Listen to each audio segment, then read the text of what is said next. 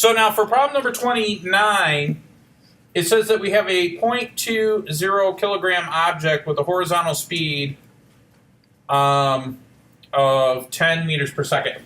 So and it has a horizontal velocity 10 meters per second.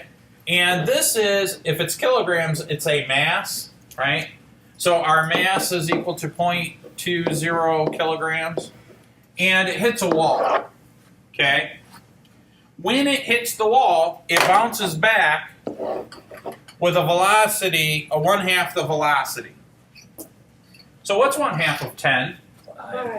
5. So it has a velocity of 5. Does that make sense? And let me do some notation here. We're gonna do a bunch of math, and I've got two velocities, and I don't want to get confused. So there's lots of ways you could write it. Father Jim will do an I for initial and an F for final. That's how Mr. Adams learned it too, but your textbook does it a little different. What they do is they'll say V naught or a 0, and that means the initial velocity. So whenever you see, and it's pronounced V naught, but whenever you see V sub 0 or V naught, that's the initial, whatever it is you're tracking, whether it's velocity or acceleration. And then when you just see V, that's the final. And so the textbook's question that they want us to solve for is, it says, what percentage of the object's initial kinetic energy is lost?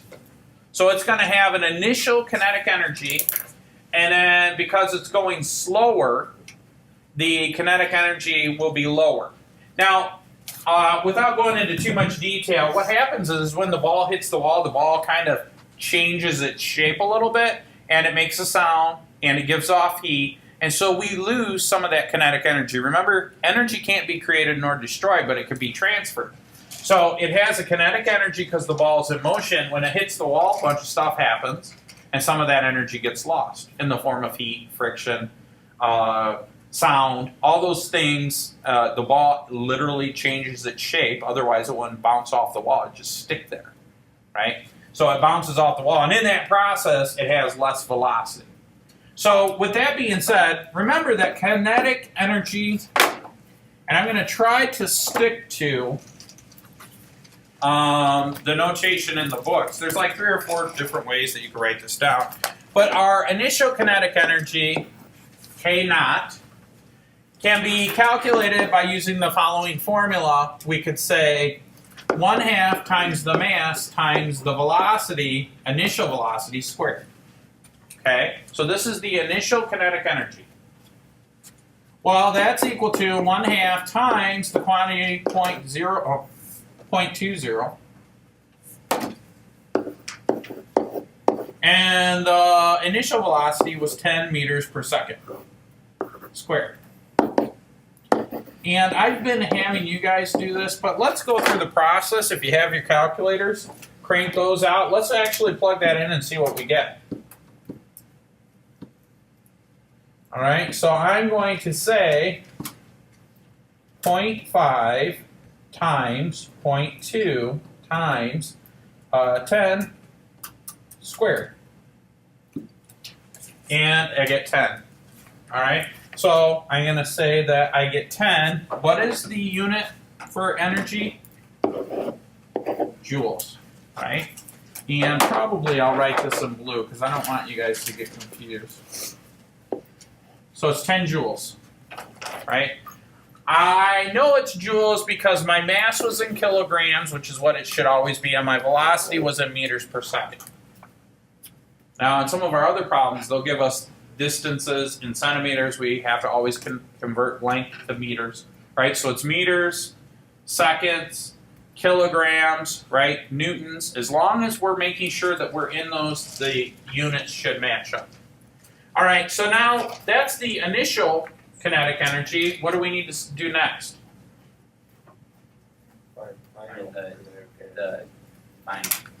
Find the final, right? So now for the final kinetic energy, it's the same formula, except it's the final velocity squared. So that's going to be 1/2, same mass, the mass didn't change, times 1/2 that, which is 5 meters per second squared. Now, before I plug this in the calculator, since it's 1/2 the velocity, what do you expect this to be? 5 joules. 5 joules, right? That's interesting. Let's see what it is, though, okay? So I'm going to say 0.5 times 0.2 times 5 squared. Yeah, it's 2.5. Remember that velocity gets squared. So that changes it a little bit. Okay? So we're squaring that difference. So we get 2.5 joules. So then our final kinetic energy is only 2.5 joules. All right. So now they want the percentage of the loss. How much of the percentage is the loss? So one way to calculate that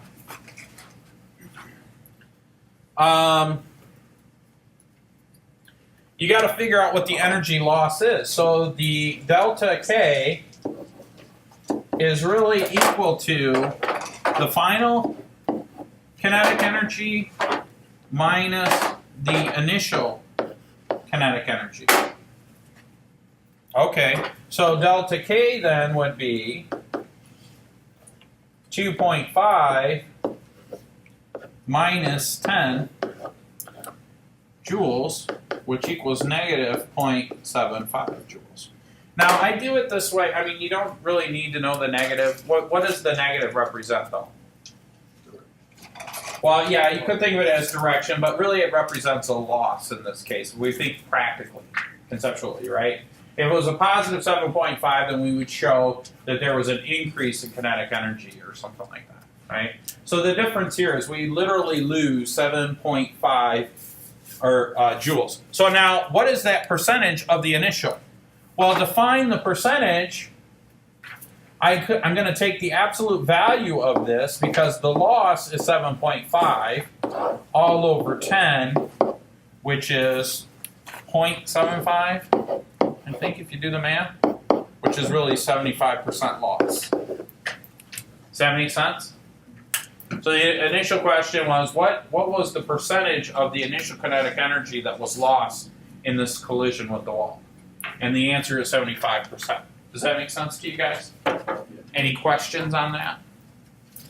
Okay, now if you said that the final kinetic energy, if you did this problem, you said the final kinetic energy was 25% of the initial, that's also a valid statement. However, that's not the question they were asking.